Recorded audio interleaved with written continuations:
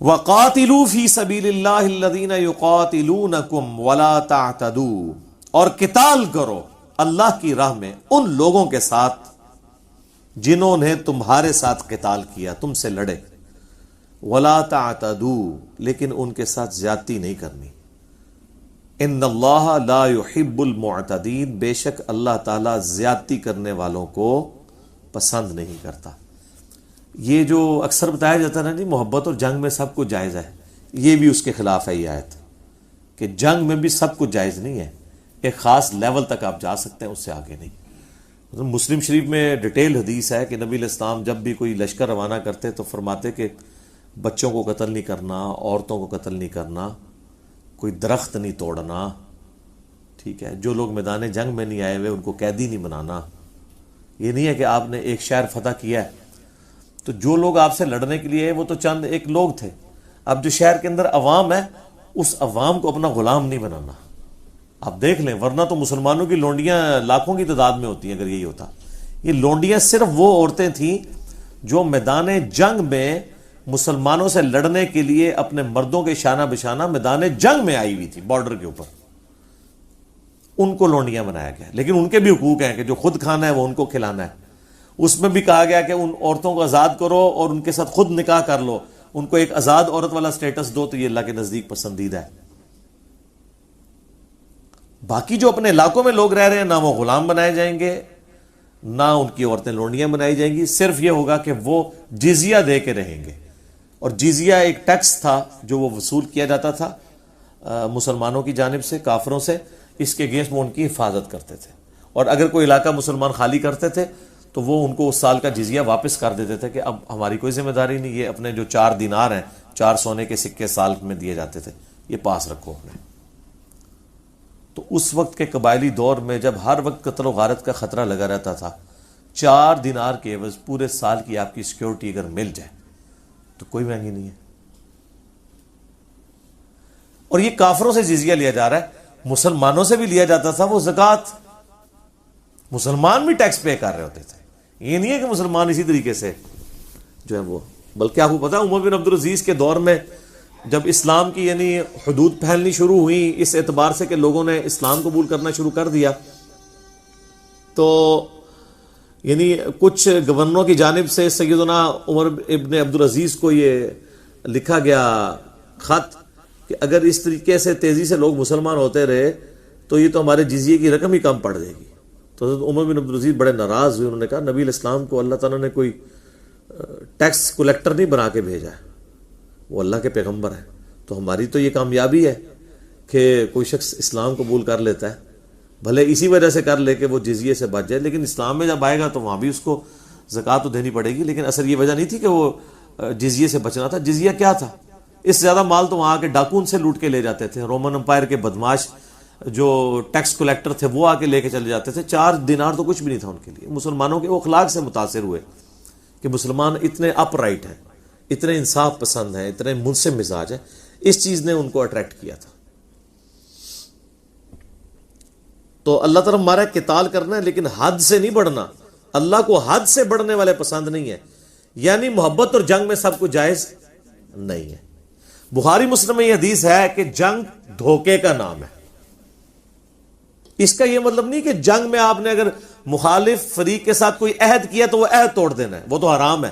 وہ سورۃ الانفال میں آیا کہ اگر کافر کے ساتھ عہد ہے آپ کا تو عہد کو اعلانیہ توڑیں گے، اور اس کو بھی مطلب ایک وقت ملے گا کہ وہ بھی جنگ کی تیاری کرے۔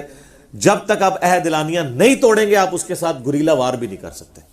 یہی وجہ ہے کہ مولانا مودودی رحمہ اللہ تعالیٰ نے 1948 میں پاکستانی حکومت کی مخالفت کی تھی اس بات پہ کہ یہ فوجیں کشمیر میں داخل کریں۔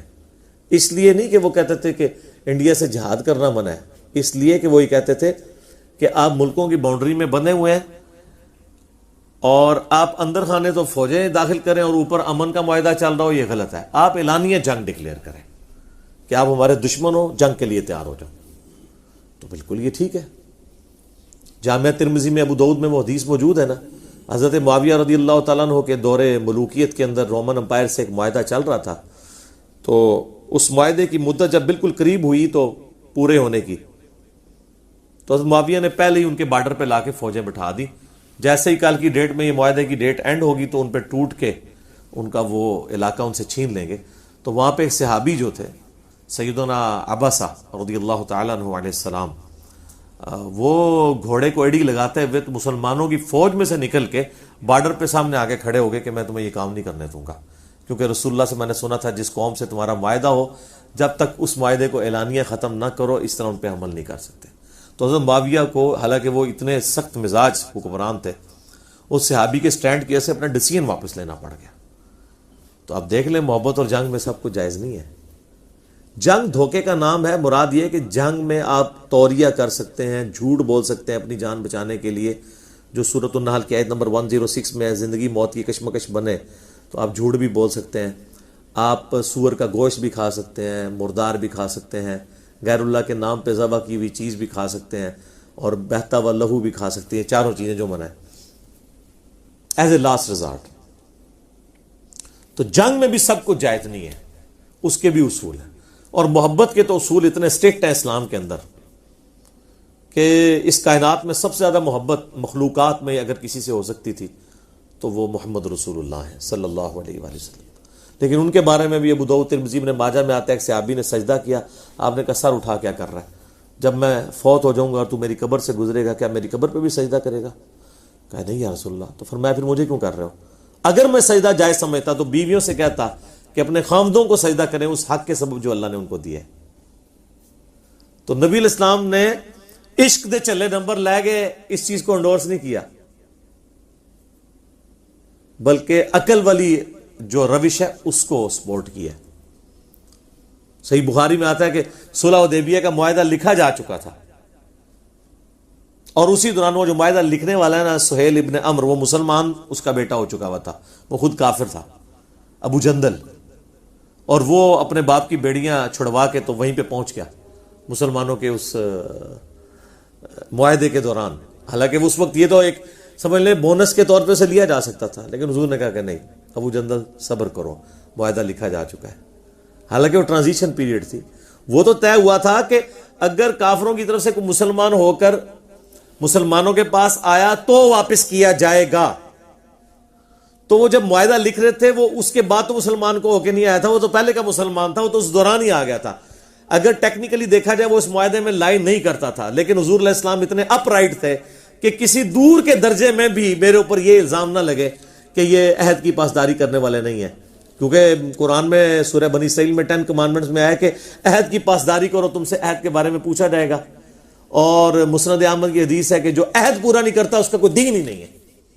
تو نبی علیہ السلام نے جنگ میں بھی خیال رکھا، ابو جندل کو سہیل ابن عمر کے حوالے کر دیا. حالانکہ صحابہ کو اس وقت بڑا غصہ آ رہا تھا کہ یہ ظالم شخص جو ہے وہ اس کے ساتھ جا کے یہ کچھ کرے گا، لیکن ظاہر ہے صحابہ تو سمعنا وأطعنا، یا رسول اللہ جو آپ نے کہا مان لیا. ٹھیک ہے، اذانیں شروع ہوگی انشاءاللہ، بقیہ کی کلاس اذان کے وقفے کے بعد انشاءاللہ. ہاں جی، اذان کے وقفے سے پہلے ہم سورۃ البقرہ کی آیت نمبر 190 کے اوپر ڈسکشن کر رہے تھے، اور اللہ تبارک و تعالیٰ نے قتال کے حوالے سے کچھ گائیڈ لائنز مسلمانوں کو دی ہیں کہ ایک لمٹ کو آپ نے کراس نہیں کرنا. اب وہی گفتگو آگے چل رہی ہے، وَاقْتُلُوهُمْ حَيْثُ ثَقِفْتُمُوهُمْ، تم ان کافروں کو قتل کرو جہاں کہیں بھی ان کو پاؤ. وَأَخْرِجُوهُمْ مِنْ حَيْثُ أَخْرَجُوكُمْ، اور تم بھی ان کو اسی علاقے سے نکال دو جس علاقے سے انہوں نے تمہیں نکلنے پہ مجبور کیا یا نکال دیا، یعنی مکہ سے. وَالْفِتْنَةُ أَشَدُّ مِنَ الْقَتْلِ، اور فتنہ کرنا، کسی کی زندگی یقیناً بنا دینا، اس کو آزمائش میں ڈال دینا، یہ بڑا جرم ہے قتل کرنے سے. انہوں نے فتنہ کھڑا کیا تھا، یعنی ان کی آپس میں رشتہ داریاں سی اور یہ اپنے رحمی رشتوں کا بڑا خیال کیا کرتے تھے عرب کے لوگ. لیکن جب اسلام کی باری آئی تو انہوں نے مطلب ہر چیز کو بالائے طاق رکھ دیا. یہ چیز نہیں خیال کی کہ ہمارے رشتہ دار ہیں، ہم طریقے سے ان کے ساتھ سلوک کریں، ان کی جائیدادوں پہ قبضہ کر دیا، ان کو ہجرت کے اوپر مجبور کر دیا. تو اللہ تعالیٰ نے مسلمانوں کو اجازت دی کہ اب عدلے کا بدلہ ہوگا، لیکن لمٹ کراس نہیں ہوگی، جتنی انہوں نے تمہارے ساتھ کیا تم اتنا ان کے ساتھ کر سکتے ہو. اسی چیز کو نبی علیہ السلام نے بنیاد بناتے ہوئے پھر جو قریش کے قافلے تھے نا ان کے اعتبار سے ان کا مال لوٹنے کی مسلمانوں کو اجازت دے دی اس کے ایکویلنٹ، جس کی وجہ سے پھر غزوہ بدر ہوئی تھی۔ ابو سفیان کا تجارتی قافلہ آ رہا تھا نا، چونکہ ظاہر ہے انہوں نے مکے میں ہتھیار لیا تھا مال، تو سورۃ الانفال میں ہے کہ اللہ نے اپنے نبی علیہ السلام کے ساتھ یہ وعدہ کیا تھا کہ دونوں لشکروں میں سے ایک لشکر ملے گا۔ تو اکثر کی رائے یہ تھی کہ ہمیں ابو سفیان کا لشکر لوٹنا چاہیے، کیونکہ وہ ہے تجارتی قافلہ، اس میں کوئی سیکیورٹی گارڈز کوئی نہیں ہے، نہتے ہوں گے ہم فوراً کر لیں گے۔ لیکن سورۃ الانفال میں آتا ہے اللہ تعالیٰ تو حق کا حق ہونا اور باطل کا باطل ہونا ظاہر کرنا چاہتا تھا، اس لیے تو مسلمان چاند ایک وہ ڈنڈے اور تلواریں تھوڑی سی لے کے نکلے تھے کہ وہ تو ایک تجارتی قافلہ لوٹنا تھا۔ اللہ نے کہا نہیں، میں تو اب تمہیں لڑواؤں گا ان کے مسلح لوگوں کے ساتھ، 1000 کے قریب وہ لوگ آ گئے، یہاں پہ 313 ہیں، وہ بھی نہاتے ہیں۔ یہ نہیں تھا کہ ان کے پاس تلواریں یا کوئی اونٹ ہے ہی کوئی نہیں تھے کہ وہ مطلب وہ لے کے نہیں آئے، اتنے غریب تھے، نہیں تھا، وہ بس نکلی کیٹاسٹرافک کنڈیشن میں تھے۔ تو تبھی اللہ تعالیٰ کی قدرت کا اظہار ہونا تھا نا کہ نہتے لوگوں سے آرمڈ 1000 لوگ وہ مروا دیے جائیں، وہ عربی جو جنگجو مشہور تھے۔ تو پھر مسلمانوں کی داغ بیٹھ گئی۔ ان آیات کو لوگ آؤٹ آف کانٹیکسٹ بھی کوٹ کرتے ہیں کہ جی یہ کہتے ہیں دیکھیں جی قرآن میں لکھا ہوا ہے کہ جہاں بھی قاتل یعنی اس کو کافر کو پاؤ نہ قتل کر دو۔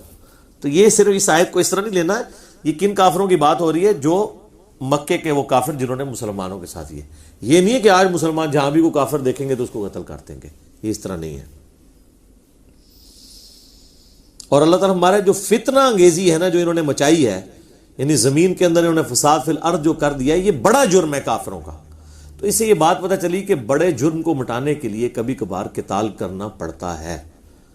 جیسے آپ نے اگر کسی کے اپینڈکس ریموو کرنا ہے تو آپ کو نشتر چلانا پڑے گا، کیونکہ آپ بڑی کاز کے لیے کر رہے ہیں۔ نشتر چلنے سے تو اس سے تھوڑی تکلیف ہوگی، اتنا حصہ جلد کا کٹ جائے گا، بعد میں ریکور ہو جائے گا، لیکن اگر اپینڈکس اندر پھٹ گیا تو بندہ ہی فارغ۔ تو ایک شخص جو جان سے جا رہا ہے اس کو بچانے کے لیے اگر اس کا آپریشن کر لیا جائے، بائی پاس کر لیا جائے یا کوئی اور، تو یہ چیز اس کے لیے سود مند ہے۔ یہاں پہ بھی اللہ تعالیٰ ہمارا کہ فتنے کو مٹانے کے لیے قتال کرنا ضروری ہے۔ اور اگر کوئی کہے نا کہ لڑائی بری بات ہے، تو یہ دیکھو کہ یہ لڑائی جو ہے وہ لڑائی برائے لڑائی نہیں ہے، بلکہ فتنے کو مٹانے کے لیے ہے۔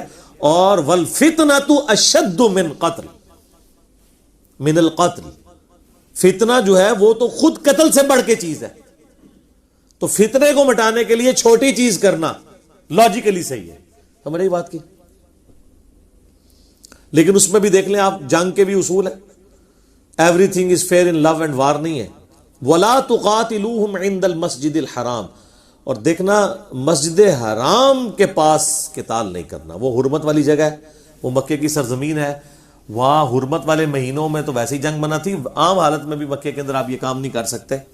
حَتَّى يُقَاتِلُوكُمْ فِيهِ، ہاں اگر حرم کا وہی خیال کرنا چھوڑ دیں اور وہ تمہارے ساتھ قتال کے اوپر اتر آئیں، تم سے جنگ کے اوپر آمادہ ہو جائیں، پھر تمہیں اجازت ہے، پھر تم کعبے میں بھی قتال کر سکتے ہو۔ پھر یہ نہیں ہوگا کہ بھی کعبے کی حرمت کا خیال رکھنا ہے، پھر تو کعبے کی عمر سے بڑھ کے مسلمان کی جان کی حرمت ہے نا، اس کی جان بچانا ضروری ہے نا، مسلمان کی جان کی حرمت اس سے بڑھ کے، کیونکہ وہ جامعہ ترمذی میں، سنن ابن ماجہ میں حدیث ہے، نبی صلی اللہ علیہ وآلہ وسلم نے فرمایا کہ اے کعبہ تیری خوشبو بڑی اچھی ہے۔ اس کی مرفوع روایت بھی ہے، موقوف روایت زیادہ مضبوط ہے، لیکن اللہ کے نزدیک ایک مومن کی دل کی حرمت یا مومن کی جان کی حرمت کعبے سے بھی بڑھ کر ہے۔ تو اگر کعبے میں کسی مومن کو قتل کیا جاتا ہے، اس کے ساتھ زیادتی کی جاتی ہے،